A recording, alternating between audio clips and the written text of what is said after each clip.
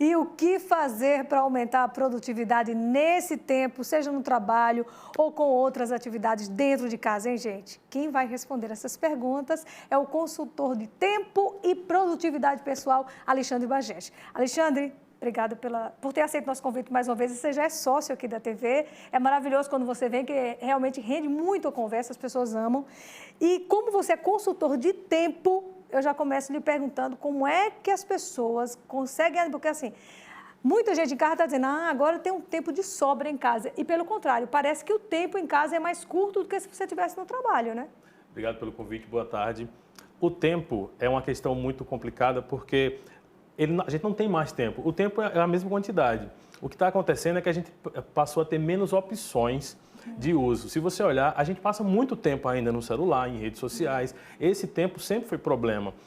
Só que agora a gente tem menos opções. As pessoas estão se sentindo perdidas porque começam a olhar, e o que eu faço agora? Eu estou com tempo em casa. Eu conheço gente que é ao contrário, está com menos tempo em casa. Então a gente precisa agora saber escolher as melhores coisas para fazer. Então, como é que você pode formar uma rotina produtiva nesse tempo de pandemia, em casa? Para não se sentir perdido, o interessante é você definir o que você vai fazer. Então, você falou muito em rotina, que as pessoas começaram a falar sobre rotina. É interessante você listar o que tem que fazer, tanto as coisas do trabalho, quanto as coisas da casa. E lembrar de colocar também dentro dessa sua lista aquilo que vai te fazer bem, porque senão a gente vai pirar realmente, né? Agora, essa lista começa no domingo ou na segunda-feira de manhã? Começa na hora que você começar a fazer, ela tem que ser de segunda a domingo. É importante que a gente consiga colocar nela tudo que a gente precisa fazer. O que afeta a produtividade em casa mais? Assim, quais são os maiores desafios de quem está fazendo home office?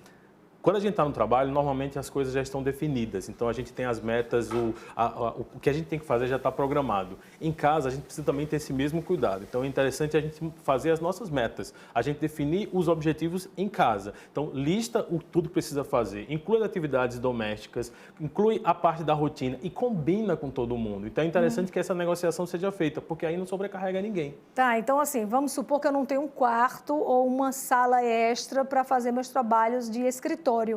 E aí, tendo esse em casa, essa limitação, ou eu negocio com a família ou babau. A negociação é importante, porque se você não tem um cômodo separado, um escritório para você fazer, colocar a plaquinha na porta, como as pessoas sugerem, você precisa primeiro entrar no modo de trabalho. Sua mente precisa entender que você está trabalhando. Então, mantenha a tua rotina. Toma banho, troca de roupa, né? Ajeita o cabelo para quem tem cabelo. Você tem que entrar no modo de trabalho. Esse seu ritual tem que ser cumprido. Então, normalmente, quando você chegava no seu emprego, no seu trabalho, você tomava um café, você sentava na cadeira, você via os seus e-mails. Você tem que também manter esse mesmo ritual para você entrar dentro do modo de trabalho, porque aí você vai entender que você está trabalhando. E as pessoas em volta também. Essa negociação é para dizer, olha, eu agora estou trabalhando. E mais importante, você tem que ter o ritual de sair do trabalho, porque em casa vai acabar tendo sobrecarga. Você vai achar que está trabalhando o tempo todo também. Exatamente, essa seria a minha próxima pergunta, porque ser produtivo quer dizer você trabalhar mais horas? Não, né? Não, esse conceito ele traz, o conceito de produtividade industrial, né? Nas fazendas a gente fala assim, eu produzo mais com o menor número de horas. Quando a gente fala em produtividade pessoal, tem a ver com realizações pessoais. Então, normalmente, a gente tem que pensar em maior número de realizações. E nem sempre a realização é só trabalho. Para muita gente, a realização é poder passar mais tempo com o filho. A realização pessoal pode ser falar mais com os pais, com os amigos, fazer algo que gosta. Então, produtividade pessoal tem a ver com resultados, mas com equilíbrio. Exato. E assim, é um momento que a ociosidade também é importante, porque diz que é no ócio que vem a criatividade, né, Alexandre? Você confere isso? Concorda com isso? Concordo. Até muita gente fala assim, eu não estou aguentando não fazer nada. Se você pode, aproveita para não fazer nada. Se você precisa dar resultados, tudo bem, a gente vai ter rotinas para fazer isso. Mas o momento do ócio é importante para você botar a cabeça no lugar, né? Fazer aquilo que você gosta, aproveitar para colocar aqueles planos que estavam lá guardados na gaveta para frente, né? Exato. No caso da produtividade, das horas, você disse, é importante você entrar no trabalho, em casa, no home office, mas também saber sair.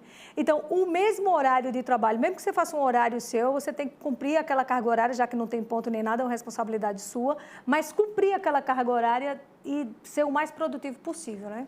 Eu dou consultoria para quem faz home office. Normalmente, a gente recomenda, se você não precisa ter um horário de atendimento especificamente, eu preciso estar conectado com outras pessoas, fazer o contrário, você sentir qual é o melhor horário que você produz mais.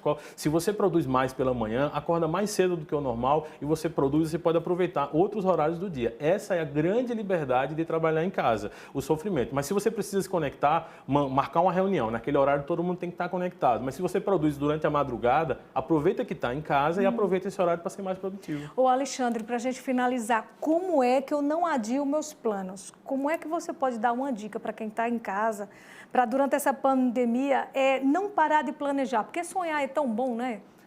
O mais importante agora é que esse sonho seja presente. Esse sonho tem que vir para você. Coloca no papel o teu plano, a tua meta e aproveita esse período. Se você não consegue fazer nada que você consiga concretizar o teu sonho, se prepara para isso. Aproveita para estudar, tem um monte de opção de curso gratuito. Então, esse é o momento de se preparar. Esse é o momento de se preparar e essa é a dica de ouro do Alexandre Bajete aqui com a gente, consultor do tempo. Já pensou? Hoje ninguém sabe mais. A gente entra na segunda-feira, na época de pandemia, quarentena, a gente entra na segunda-feira e o pessoal, hoje é o quê mesmo? Terça, segunda, domingo, mas não é assim que tá? Ninguém sabe mais qual é o dia da semana que estamos. Então, realmente, o tempo meio que se perdeu, mas aí o controle está com você. O controle é nosso? Sim, sempre foi. O controle do tempo é nosso. Olha que beleza, Alexandre, muito obrigada pela participação. Obrigado pelo convite.